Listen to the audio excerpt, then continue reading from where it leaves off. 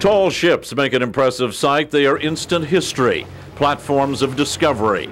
Today, a promise for our future. It is here our young sailors of tomorrow, Coast Guard, Navy, and Merchant Marine, form the nucleus of their seagoing careers. Old salts know the wind and water, and on a high sea, a strong wind is preferred. It's great to see the wind and the sails up, because when I'm down in the engine room, it's quiet, shut down the main engine, which is our engine we call the iron wind. So when we don't have the wind, that's what we use, and I prefer it with it off. When you ride a ship that depends on the wind, the weatherman always has the ear of the captain.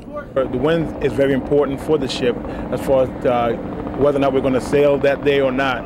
And the little joke we have on board, a deal I have with the captain on board, if there's wind, I get to eat as much as I want.